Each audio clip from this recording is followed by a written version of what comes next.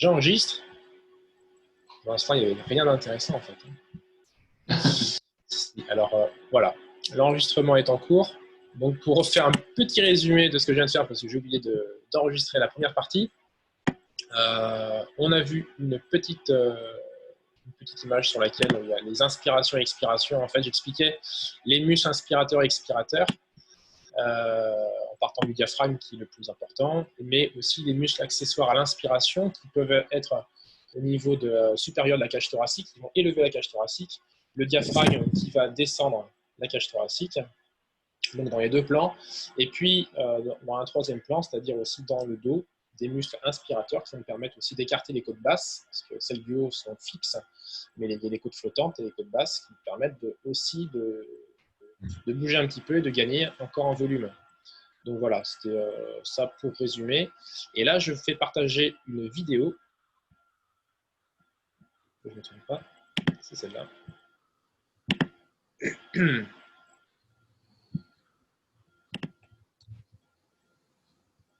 Est-ce que vous voyez la vidéo?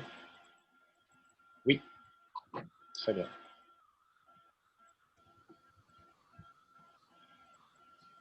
Vous entendez? Rien.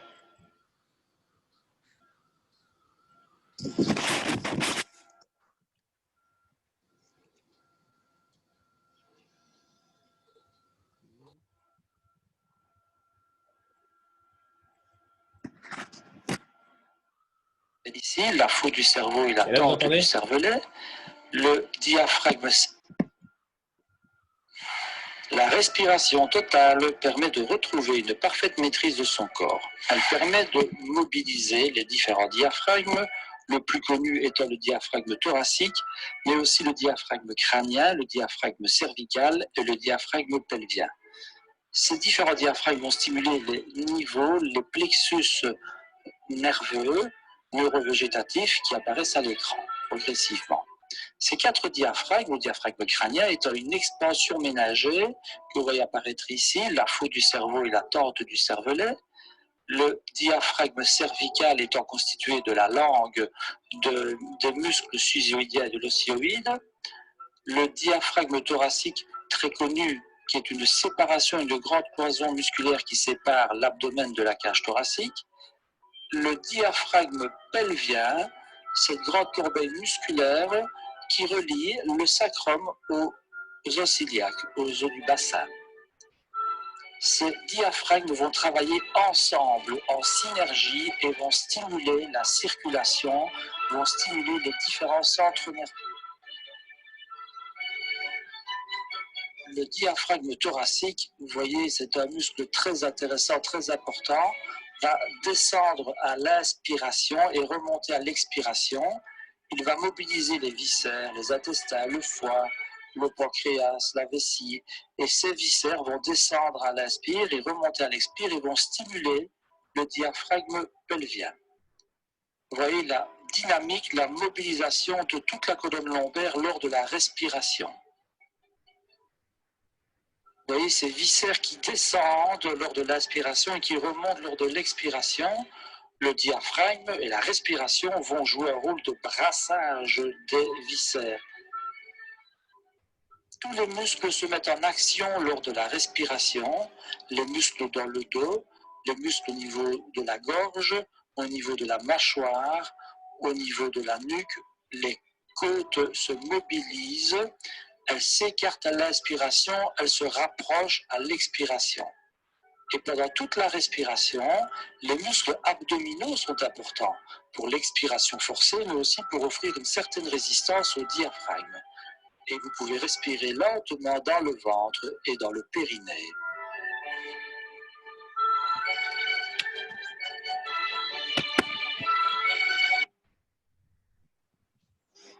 Voilà, donc une petite vidéo qui permet de voir en 3D quand même comment fonctionne la respiration, l'appareil respiratoire et sur quoi il agit. Et ça, ce qui est intéressant, donc là on l'a bien visualisé, il agit bien sûr sur les côtes, sur l'appareil pour pouvoir ventiler davantage, mais il va surtout faire bouger les viscères aussi qui sont en dessous. Et donc une bonne respiration, c'est un bon brassage sanguin, une bonne circulation sanguine au niveau viscéral qui va permettre, au niveau de la digestion par exemple, d'avoir une digestion qui sera améliorée. Et puis on a donc tout un centre nerveux au niveau du système digestif qu'il faut entretenir. Et c'est de par la respiration qu'on va arriver justement à faire bouger justement tous ces organes viscéraux qui permettent de fonctionner normalement. Si ça bouge difficilement, petit à petit, il n'y a pas que la digestion qui va mal se passer, mais aussi tous les fonctionnements de l'organisme vont se retrouver un petit peu perturbés. Alors, je vais admettre d'autres personnes. Excusez-moi. Et donc,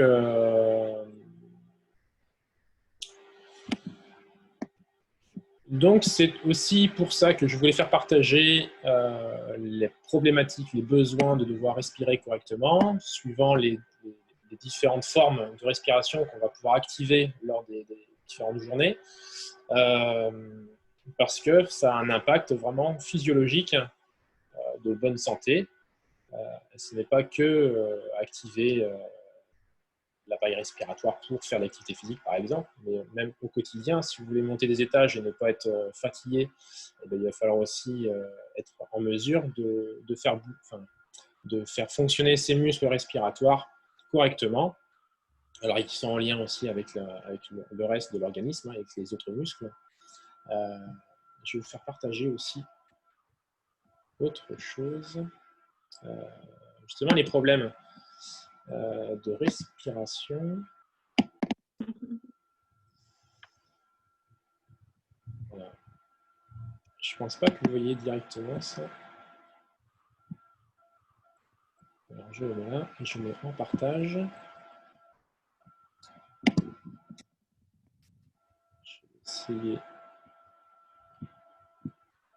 de faire partager l'échelle. Celle-là. L'échelle de Sadoul. Quand on est jeune, on n'a pas de problème. Et petit à petit, avec l'âge, les tissus musculaires, les tissus conjonctifs, enfin voilà, on va avoir plus de difficultés à s'étirer. Et forcément, au niveau de la respiration, on a plus de mal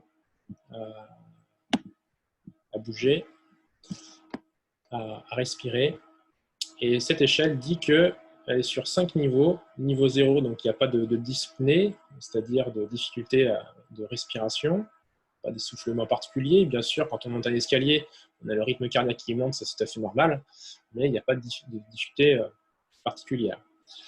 Au niveau 1, vous montez un escalier et puis vous commencez à avoir une petite difficulté à respirer facilement. Les inspire-expire ne se font pas naturellement. Donc ça, c'est niveau 1, mais c'est parce qu'il y a un effort soudain. Quand c'est une montée d'escalier, ça veut dire que c'est quand même un effort assez important sur un court instant. Ensuite, niveau 2, là, vous commencez à se poser des questions. Quand on monte une côte, progressivement, on se dit il va falloir que je m'arrête parce que j'ai du mal à respirer. Le niveau 3, c'est sur du plat. Même chose, mais sur du plat. On n'arrive pas à suivre une autre personne, l'accompagnateur. Niveau 4, là, on est obligé de s'arrêter régulièrement, même en marchant. Et puis niveau 5, là, c'est très, très compliqué parce que même pour faire n'importe quel geste, on est toujours essoufflé. Donc, pour éviter, alors comme avec l'âge, forcément, les tissus sont un petit peu moins résistants, un petit peu moins élastiques, les muscles moins performants, on perd un petit peu en capacité respiratoire, mais on peut perdre en capacité justement à respirer correctement.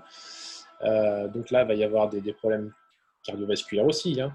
Il n'y a pas que la respiration qui est prise en compte. Ça veut dire qu'un entretien normal fera qu'on va pouvoir rester très très longtemps au niveau 0, c'est-à-dire absence de dyspnée, même pour des personnes de troisième âge, hein, c'est des personnes qui font de l'exercice régulièrement toute leur vie, il n'y a pas de problème pour elles. Elles peuvent continuer à bouger. Moi, j'ai eu une personne la semaine dernière de 90 ans qui a fait de la marche nordique avec moi. Elle était même devant les personnes qui avaient une génération de moins, parce qu'elle a fait de l'activité physique toute sa vie. Je l'ai eu en pilates aussi. Elle me disait qu'elle s'était entretenue vraiment tout le temps.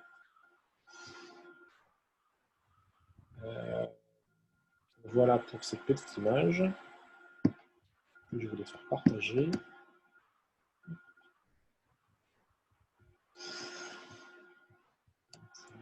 Tout le monde est là. Parfait. Bien. Donc, maintenant, on va passer à des petits exercices sur nous-mêmes directement. Vous avez compris, les muscles inspiratoires. Donc, il y a les abdominaux, il y a le diaphragme. Naturellement, quand on est au repos, comme là, on utilise uniquement le diaphragme et on ventile environ un demi-litre d'air sur l'inspiration et l'expiration. Après, si on inspire davantage et on expire davantage, une expiration complète, on va pouvoir pousser 1 litre de plus, et puis une inspiration complète, on va pouvoir inspirer au moins 2,5 litres d'air. Là, on ne va pas aller jusque-là, mais on va essayer d'augmenter un petit peu nos inspirations et nos expirations. Et on va mettre les mains sur les côtes basses, un petit peu ce que je fais en pilates, pour bien ressentir. Je vais vraiment trop près de la caméra. Pour bien ressentir les côtes bouger quand on va inspirer et quand on va souffler. Vous allez prendre votre temps, ressentir ce qui se passe. Quand on pose les mains, en plus, on visualise ce qui peut se passer parce qu'on peut regarder, voir nos mains bouger. Donc à l'inspiration, on sent bien les côtes s'étirer sur les côtés et de par derrière aussi, mais on ne les ressent pas parce qu'on n'a pas mis les mains dans le dos. Mais sinon, on ressentirait aussi les côtes du bas bouger un petit peu, comme vous avez vu sur la vidéo. Donc les mains et les côtes vont s'écarter. On a des muscles inspirateurs, les intercostaux entre les côtes.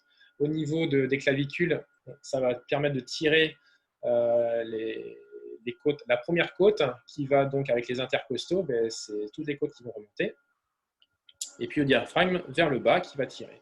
Et donc, quand on veut respirer lentement, doucement, pendant des grands inspires et expires, on prend vraiment son temps. On va inspirer par le nez, expirer par le nez également.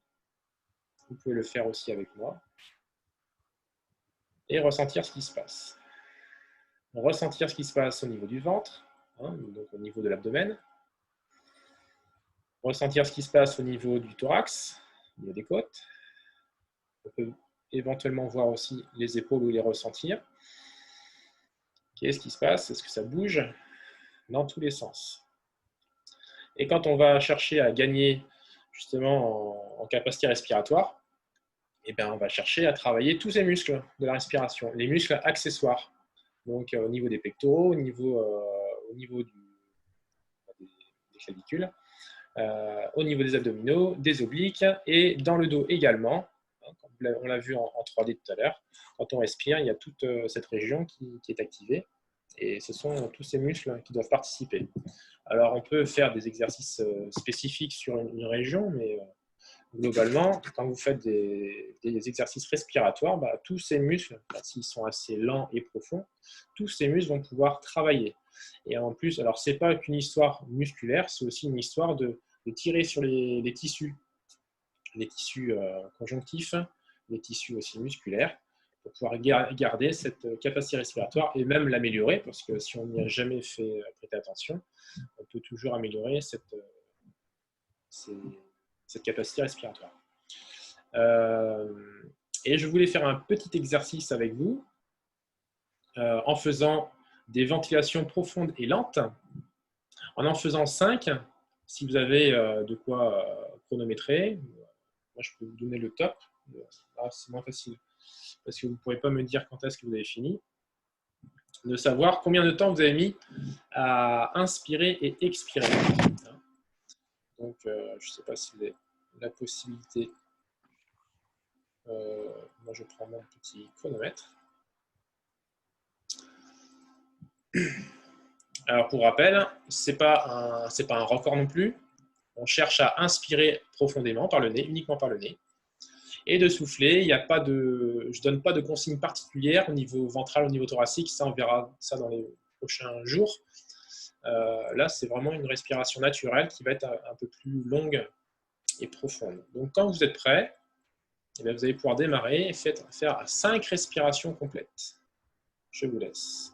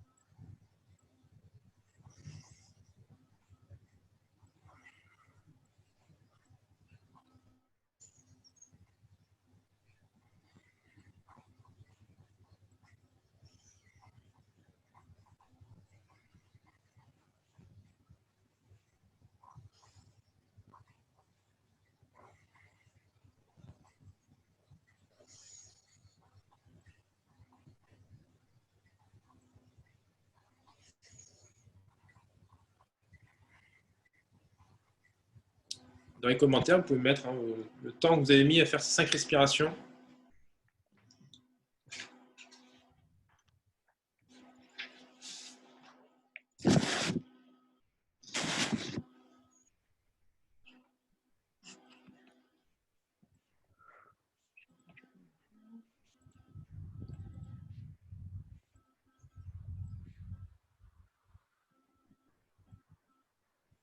Alors, Marc, oui, on pourra avoir le lien de la vidéo. Je pourrais vous l'envoyer. C'est sur YouTube. Je vous donnerai les coordonnées. 1,15. Ouais, gros volume. Bon, en faisant l'exercice, là, j'ai fait 1 minute. 1 minute. Il y a des personnes qui font forcément un petit peu moins, d'autres un peu plus. 50 secondes.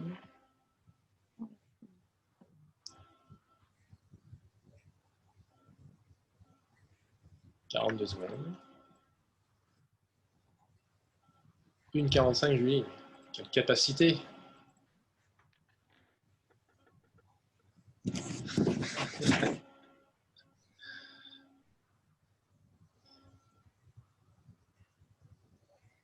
Mathias, oui, tu as manqué la question. Sans doute, on faisait des inspirations et expirations lentes et on essaie de voir, chronométrer sur 5 respirations, combien de temps vous mettiez à faire des inspires et expires. Une respiration courte va avoir tendance à donner un petit peu de tension. Les personnes qui sont un petit peu tendues vont avoir une respiration un peu plus courte. Et les personnes qui vont être capables de respirer vraiment lentement vont pouvoir se détendre davantage. Et on le verra peut-être demain. Quand on respire lentement, on active le système parasympathique, le système de détente au niveau nerveux. Et la détente va permettre de relâcher la tension artérielle, l'hyperfréquence, tout le système en fait, tout le système organique. Et il aura tendance à mieux fonctionner d'ailleurs. Donc après, c'est peut-être bien de s'entraîner, de se dire je vais essayer d'améliorer justement mes capacités à respirer lentement. Ça ne peut que m'aider. Et je vous montrerai le résultat demain sur les systèmes, sur les 2 systèmes sur lesquels qu'on utilise. C'est soit le système sympathique ou le système parasympathique. La pédale d'accélérateur, la pédale de frein, en fonction si on a besoin faire un effort de réagir rapidement ou plutôt d'être détendu. Et on va plutôt chercher de manière générale la détente. Et c'est ce que justement on va faire demain avec donc, le jour 2. Ce sera la respiration ventrale. Donc on va vraiment aborder cette thématique qui est très importante. C'est de pouvoir se détendre et savoir comment faire et utiliser la respiration pour se détendre correctement. Voilà, donc on a passé notre petite demi-heure. J'ai abordé à peu près les différents sujets. Je vous enverrai la vidéo si vous êtes intéressé pour pouvoir la voir et la revoir, qui peut être intéressante. Et puis, voilà, si vous avez des questions, n'hésitez pas. Je suis tout oui.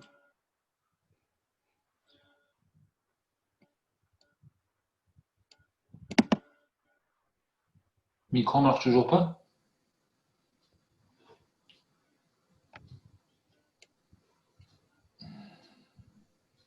Surtout, je regarde. Parce que tout oui, j'entends rien. Tu nous entends toujours pas? Bon.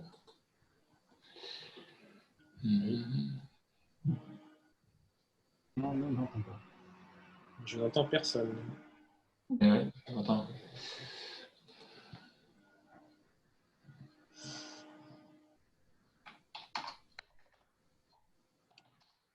Donc, s'il n'y a pas de questions, c'est que tout a été clair.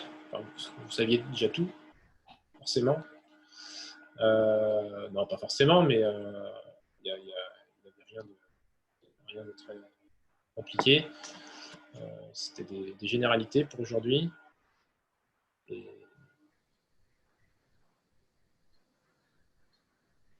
Ah, vous entendez, vous, entre vous? Ouais, c'est cool.